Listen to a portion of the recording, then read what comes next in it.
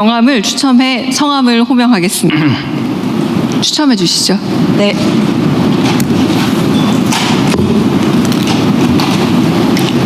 네, OBS 배혜수 기자 질문 주십시오. 네, 앞쪽에 계신데요.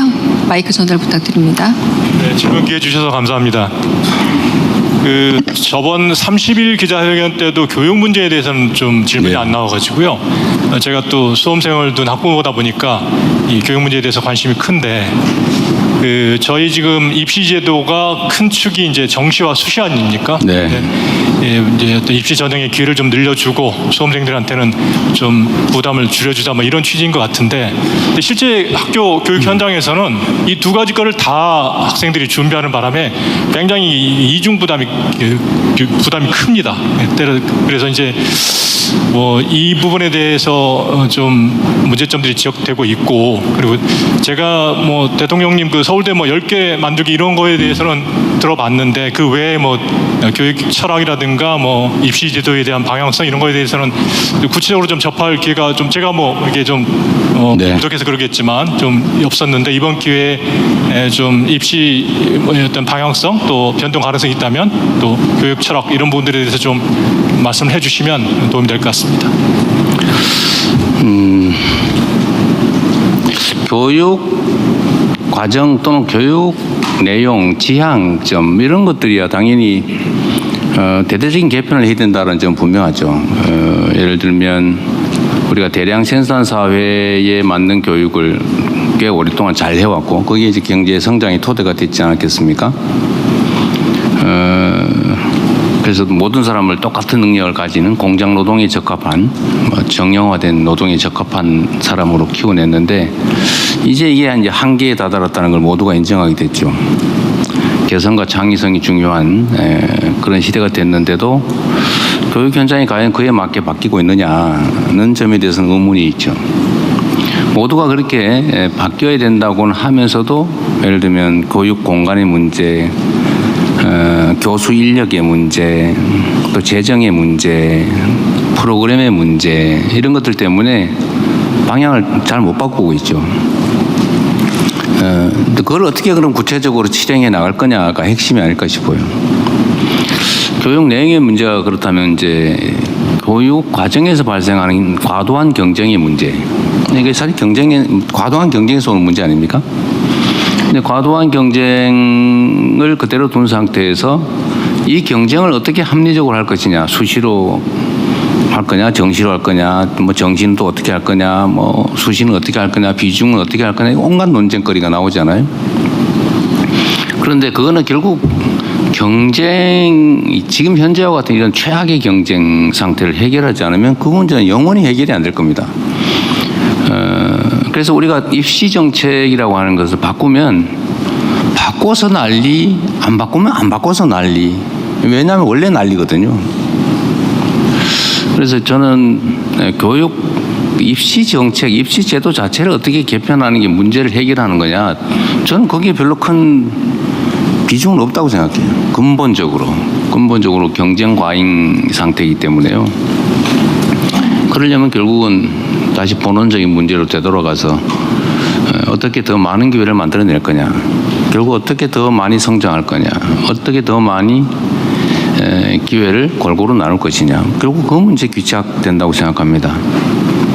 그래서 교육 문제에 대해서는 약간 의도적으로 좀 전면에 얘기 안 하는 측면이 있죠. 해결도 안 되면서 논쟁만 촉발하고 자칫 잘못 건들면 또 이게 이념 투쟁의 장으로 또 변질되기도 하고 해서요. 그리고 이제 교육위원회가 지금까지는 뭐 안타깝게도 무슨 거북이 놀이를 해서 그런지 모르겠지만 제 기능을 잘 못했죠. 근데 그게 교육위원회가 이제 그런 근본적인 해결책 또는 방향 전환을 좀 해보자고 한 건데, 이제 교육위원회도 좀 정상화되면 거기서 좀 논의하면 좋겠고요. 뭐 저는 어차피 교육 전문가는 못 되니까. 어쨌든 과도한 경쟁, 정시가 오르냐 수시가 오르냐, 수시는 어떻게 해야 되냐, 정시는 어떻게 해야 되냐, 이 문제는 사실 본질에서는 약간 벗어나는, 그러나 매우 중요한, 우리 국민들이 관심이 높은 그런 부분이긴 합니다. 제가 여기서 뚜렷한 답을 못 드려서 죄송하고 교육 문제는 따로 나중에 토론을 한번 하든지 그렇게 하도록 하겠습니다. 그러나 이제 해야 될 일은 있죠. 예를 들면 인공지능 관련 교육을 전면적으로 시행하자. 우리 국민들에게 인공지능 적응 능력, 활용 능력을 키우자. 아주 저학년부터 본격적으로 시작하자. 마치 수학 더하기 빼기 곱하기 나누기를 배우는 것처럼 이제는 일상 삶의 기본이 되지 않겠냐라는 생각에 그런 핵심적인 내용들을 좀 추가하는 거, 또는 뭐 교육 재정 배분의 문제를 지금 해결하기가 좀 어려워서 고등교육의 재원이 부족하고 초중고 중등교육, 초중등교육의 재정하고 배분을 좀 다시 해야 된다 이런 논란인데 그런 것 정리하는 것 정도를 지금 하고 있는 상태입니다. 좀 대답이 부실해서 미안합니다. 네, 저희가 지금 준비한 분야는 민생 경제 분야입니다. 네, 좀 같이 짠 시간표이기도 하니까요. 주제에 집중해 주셔서 좀 실력을 발휘해 주시면 좀 더 고맙겠습니다. 한 분 더 추첨하겠습니다.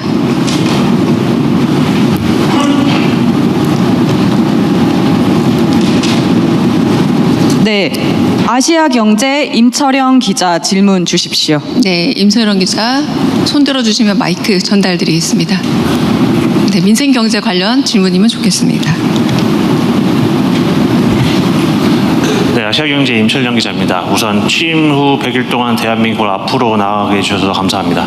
질문 드리겠습니다. 첨예한 사안인데요. 주식 양도소득세 부과 대상 대주주 기준을 두고 국민들의 찬반이 엇갈리고 있습니다. 대주주 기준 50억 원을 유지할지 10억 원으로 낮출지 절충안이 나올지 등에 대해서 관심이 매우 높은데요. 양도소득세 부과 기준에 대한 대통령님의 입장과 함께 코스피 5천 달성을 위해 추가로 고민하고 계신 부분이 있으면 말씀해 주십시오. 관련해서 그 모두에서도 말씀해 주셨는데요.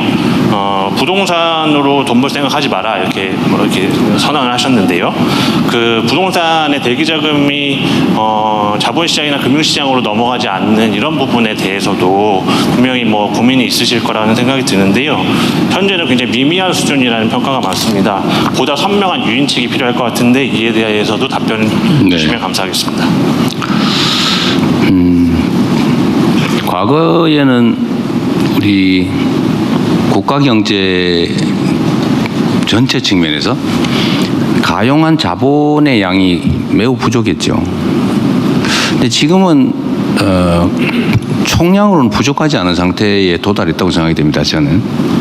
근데 그게 어떤 용도로 어디에서 쓰여지고 있냐 말씀드린 대로 주로는 부동산 투자에 쓰여지죠. 우리 국민들의 자산 보유 비중을 보면 부동산이 뭐 한 70%를 훨씬 넘는 것 같아요. 근데 금융자산은 매우 적죠. 그 중에서도 뭐 예적금을 제외한 금융투자자산 이런 거는 훨씬 더 적죠.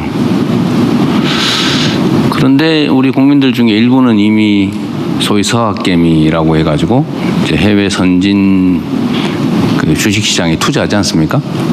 그 금액이 뭐 근 200조 원 정도가 된다고 합니다. 엄청난 금액이죠. 근데 금융이 이제 생산적 금융으로 좀 전환해야 된다라고 하는 것은 모두가 말은 하는데 잘 안 됐죠. 근데 우리 새 정부의 핵심 과제 중에 하나가 금융을 좀 생산적 금융으로 전환하는 겁니다. 그 생산적 금융으로 전환하는 것 중에 가장 핵심이 주식시장을 정상화하는 겁니다. 이거 활성화라고 말하기도 어렵죠. 정상화. 정상에 한참 못 미치죠. 왜 정상에 못 미쳤냐? 저는 아직도 정상에 못 미쳤다고 생각하거든요. 제가 이제 선거 때 이재명이 당선 또는 민주당이 집권하는 사실 자체만으로 3,000포인트 넘을 거다라고 제가 계속 그랬는데 이제 훨씬 더 많이 넘은 거예요. 지금 아직까지는 뭐 현실적인 정책이 집행된 건 아니지 않습니까? 이제 기대로. 저는 그 기대의 핵심이 앞으로 더 잘 될 거다, 성장할 거다라는 측면도 물론 있겠죠. 그러나 정상화될 거다라는 기대가 훨씬 컸다고 생각합니다. 이 두 가지 요인이 있는데 앞으로 성장할 거다. 즉 기업의 수익이 늘어날 거다. 더하기 비정상이 정상화될 거다. 그 비정상이 정상화될 거라는 기대에는 아직도 한참 못 미친다고 생각해요. 이게 정상화되는 것만 해도 지금부터도 한참 더 주가는 오를 거다. 종합주식지수는 그렇게 생각을 하는데, 근데 정상화를 가로막고 있는 요인들이 여러 가지 있죠. 예를 들면 뭐 정치적 불안 또는 장기 경제 정책의 부재 또는 뭐 한반도의 안보 리스크 뭐 그런 거에 정말 어려운 부분이라고 치고, 한반도의 안보 리스크만 해도 괜히 쓸데없이 북한 자극해서 군사적 긴장이 격화되고 뭐 전쟁의 가능성이 외신에 언급이 되고 이러는 것만 없어도 상당히 많이 정상화되겠죠. 경제 정책 분야도 우리가 앞으로 대한민국 경제는 어디로 갈 거다. 뭐 인공지능을 포함한 첨단 기술 산업 중심으로 대대적으로 재편한다. 뭐 전통 제조업을 인공지능 전환을 해내겠다. 뭐 이런 것들만 명확하게 하고 재생에너지 중심으로 바꾼다. 뭐 문화 산업을 대대적으로 육성한다. 이런 것만 명확하게 보여줘도 뭐 나라가 망하지는 않겠네. 뭐 이런 생각. 그 정상이죠. 근데 이거보다 더 직접적인 거 있죠. 이런 건 조금 뭐 좀 추상적이고 좀 먼 과제인데, 직접적 과제는 내가 어느 회사에 주식을 투자했다가 혹시 표현이 좀 그러긴 한데 뒤통수 맞지 않을까? 뺏기지 않을까? 사기당하지 않을까? 이런 걱정이 있잖아요. 그런 걱정만 안 해도 정상적으로 평가받으면, 얼마 전에 PBR 가지고 한참 시끄럽긴 합니다만, 아니 어떻게 멀쩡하게 영업하는 정상적인 회사가 즉시 지금 팔아도 주가보다 더 순자산 가치가 높다. 그럴 수가 있습니까? 이거 말이 안 되는 거거든요, 경제학적으로. 근데 순자산에도 못 미친다는 거니, 이 주가가? 지금 당장 그냥 회사 문 닫고 팔아버려도 현재 주가보다 더 많이 남는다. 그 말이 안 되잖아요. 근데 그런 주식이 대한민국 주식시장에 널렸다는 거죠. 심지어 0.3 그러면은 3,000원에 사가지고 회사 문 닫고 싹 팔아버리면 10,000원 받을 수 있다는 건데 말이 안 되잖아요. 근데 그런 일이 일상적으로 지금 벌어지고 있죠. 뭐 주가 순이익 비율도 마찬가지고, 어쨌든 객관적 지표상 말이 안 되는 저평가 상태인데 왜 그러냐? 그 회사 경영을 믿을 수가 없는 거죠. 비정상적으로 운영하지 않습니까? 언제 회사 돈을 빼돌릴지 모른다. 저 회사가 분명히 10,000원 가치가 있는데 어느 날 회사 경영진이 마음대로 해가지고 3,000원도 아니라 1,000원짜리가 돼버릴지도 모른다. 실제 그런 일이 벌어지고 있잖아요. 그러니까 주식을 안 사죠. 이런 것만 정상화시켜도 아직도 종합주가지수 수준은 매우 낮다는 게 제 생각입니다. 그럼 정상화해야죠. 경영을 정상화하는 거. 상법 개정 문제 가지고 뭐 기업을 옥죄느니 이런 얘기 하는 분들 계시던데, 그건 기업을 옥죄는 게 아니라 부당한 악덕 기업 경영진 일부 지배주주를 압박하는 거죠. 그 말은 맞습니다만 기업이야 소액주주들이 대부분 소유하고 있지 않습니까? 그분들은 좋아하는데요. 그게 어떻게 기업을 옥죄는 겁니까? 기업의 부당한 일부 지배주주를 옥죄는 거죠. 그래서 그 회사를 살리고 압도적 다수 주주들에게 도움을 주는 거죠. 국민경제에 도움이 되게 하는 거죠. 당연히 반발이 있죠. 왜냐하면 압도적 힘을 가진 지배주주 비율은 뭐 10%, 5% 많아봐야 20, 30% 이렇지만 힘은 압도적으로 세잖아요. 그 소위 영향력도 크고. 그러니까 그 사람들이 하는 말이 마치 국민 여론인 것처럼 이렇게 왜곡되고 있는데, 그런 걸 잘 가려보고 모두에게 도움되는, 모두가 행복한, 모두가 이익되는, 기업이 정상화되는, 기업이 제대로 평가받는, 주가가 제대로 평가받게 상법을 개정해서 경영 풍토를 정상화하는 거. 예를 들면 뭐 물적 분할해서 장난치거나 이거 못하게 하는 거. 그런 걸 해야 주가가 정상화되잖아요. 그래서 경영 지배 구조를 개선하는 거, 뭐 이런 것도 해야 되고요. 아직도 많이 더 해야 된다고 생각합니다. 뭐 더 센 상법 이런 얘기 하던데, 그게 마치 나쁜 뉘앙스를 가지고 있지만, 더 세게 진짜 회사의 주주를 보호하고, 더 세게 기업이 국민 경제에 도움이 되고, 기업 경영이 그 기업 자체를 키우는 방향으로 가게 하는 거라고 생각합니다. 또 한 가지는 이제 세제 문제가 있겠죠. 저도 꽤 말씀드렸지만, 개미 중에 좀 큰 개미, 지금은 잠시 쉬고 있는 휴면 개미, 이런 잠재적 주식 투자자인데, 물론 얼마 전에 펀드를 사긴 했습니다. 펀드는 허용이 돼서 좀 더 살까 생각 중인데, 전 세금에 대해서 저는 예를 들면 이제 분리과세 세율, 분리과세 대상 선정의 기준, 또는 대주주를 얼마까지 인정할 거냐, 이 문제는 저는 첫 번째는 그 주식시장 활성화에 도움이 되는 방향으로 가는 게 바람직하다. 특히 분리과세는 그런 측면이죠. 그러니까 세율을 뭐 30%, 5%로 할 거냐, 25%로 할 거냐, 어떤 조건을 갖추면 거기에 해당된다고 기준을 만들 거냐, 이 문제는 배당을 더 많이 늘리면서 동시에 세수에 큰 손실이 결손이 발생하지 않으면 최대한 배당을 많이 하게 하는 데 맞게 하는 게 목표예요. 그래서 이것도 시뮬레이션을 좀 계속 하고 있는 중인데, 아마도 재정 당국에서는 요 정도가 가장 그 배당을 많이 늘리면서도 세수의 손실이 발생하지 않는 수준이다라고 했던 것 같아요.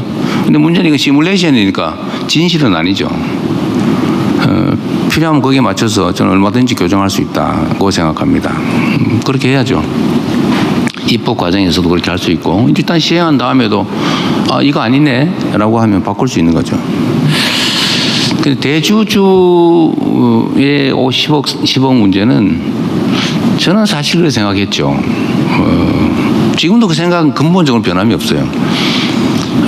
이게 주식 보유 총액이 50억이면 과세하고 50억이 아니면 과세하는 그게 아니잖아요. 단일 종목. 특정 단일 종목의 보유액이 50억이냐 아니냐, 10억이냐 50억이냐, 그 문제잖아요. 보통 주식 투자자들은 포트폴리오라고 하는 걸 하기 때문에, 구성하기 때문에 보통 뭐 적으면 5에서 많으면 한 10몇 개 이렇게 종목을 가지고 있어요.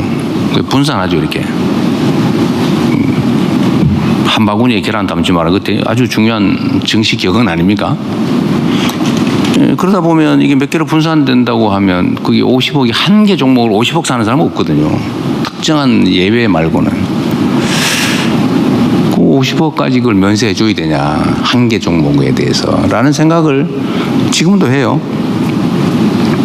그러나 또 한면으로 보면 이게 주식시장은 특히 심리로 움직이는데, 이게 만약에 주식시장 활성화라고 하는 게 지금 새로운 정부의 경제정책, 산업정책의 핵심 중에 핵심인데, 그것 때문에 뭐 장애를 받게 할 정도라면 굳이 뭐 또 그걸 고집할 필요는 없겠다는 생각을 하죠. 세수 결손 정도가 어느 정도냐 물어봤더니 한 2, 3천억 정도라고. 뭐 그런 정도이고, 주식시장이 만약에 그 때문에 실제 장애를 받는다면 뭐 그거야 또 야당도 요구하고, 굳이 뭐 요구하고, 또 여당도 또 그냥 놔두면 좋겠다는 의견이고, 저한테 메시지도 막 많이 오고 그런 걸 봐서는 굳이 뭐 50억을 10억으로 내리자, 반드시 그렇게 해야 되겠다 그렇게 생각하지는 않습니다. 그냥 의견을 모아보는데 대체적으로 그냥 다 원래대로 놔두자, 이거는 뭐 그런 의견인 것 같아요.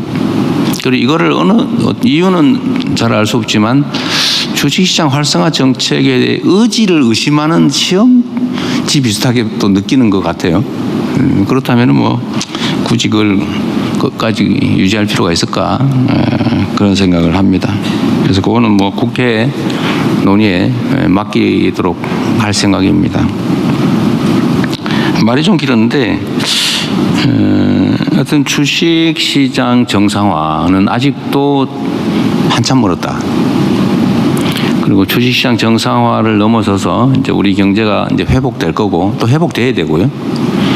또 이번에 여러분들 보신 것처럼 엄청난 국채 발행을 감수하면서 이게 좀 그래프를 꺾어야 되거든요. 지금 계속 흘러내리지 않습니까?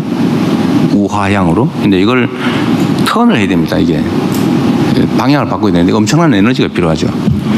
그래서 이번에는 적극 재정 정책을 하게 됐는데 어쨌든 아마 그 이전에 보기 어려울 정도로 대규모의 예산 증액 또 재정 투자가 이루어집니다.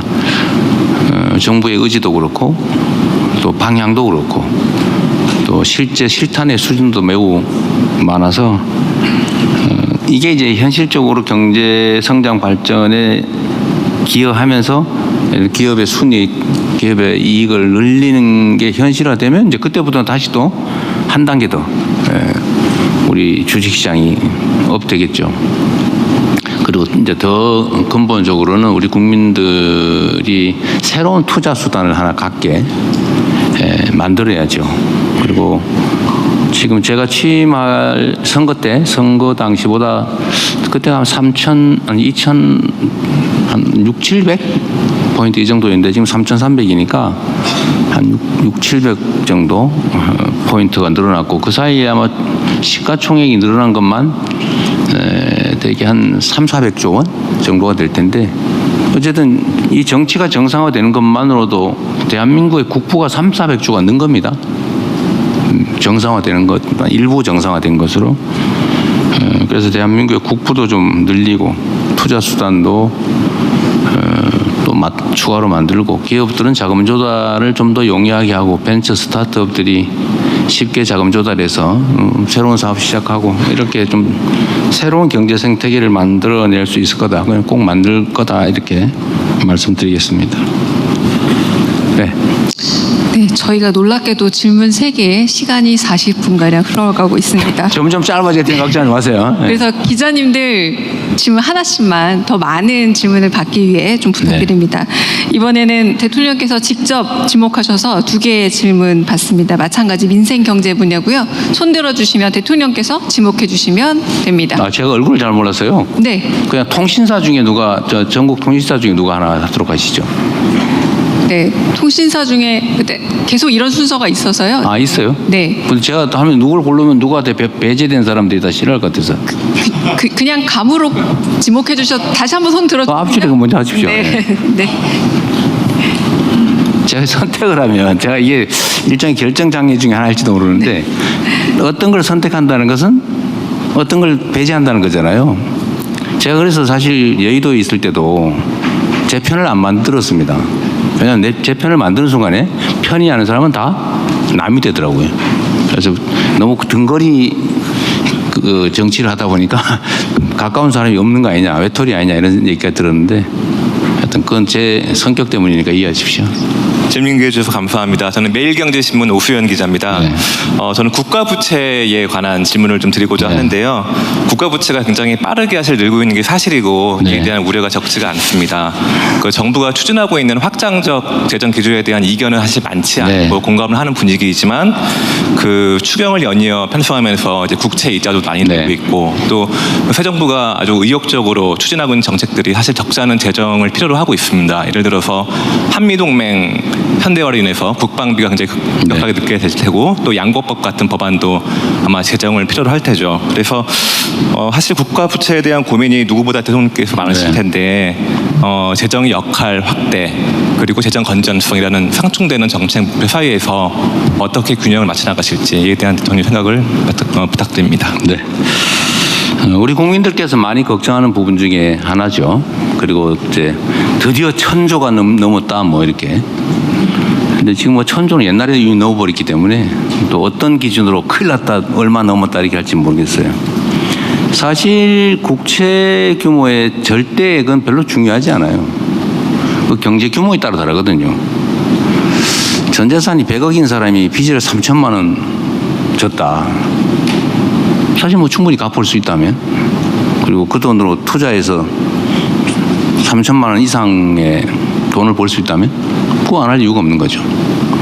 근데 재산이 100만 원밖에 없는 사람이 3천만 원 빚을 졌다.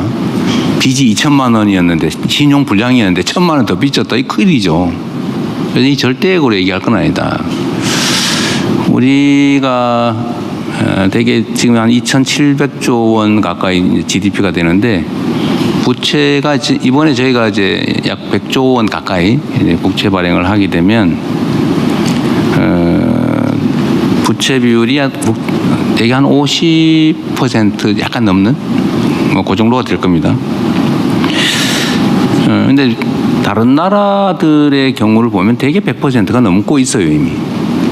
OECD 국가들 보면. 그럼 우리나라 기준으로 하면 2,500조 원을 훨씬 한 3,000조 원쯤 된다는 얘기죠. 대개 한 110%쯤 되니까요. 물론 이 계산 방법이 뭐 다르다는 논쟁들이 있긴 한데 어쨌든 OECD 국제 기준에 의한 계산입니다. 똑같은 기준으로 해봐야죠. 그래서 100조 정도 늘어서 50% 정도가 됐고 한 300조?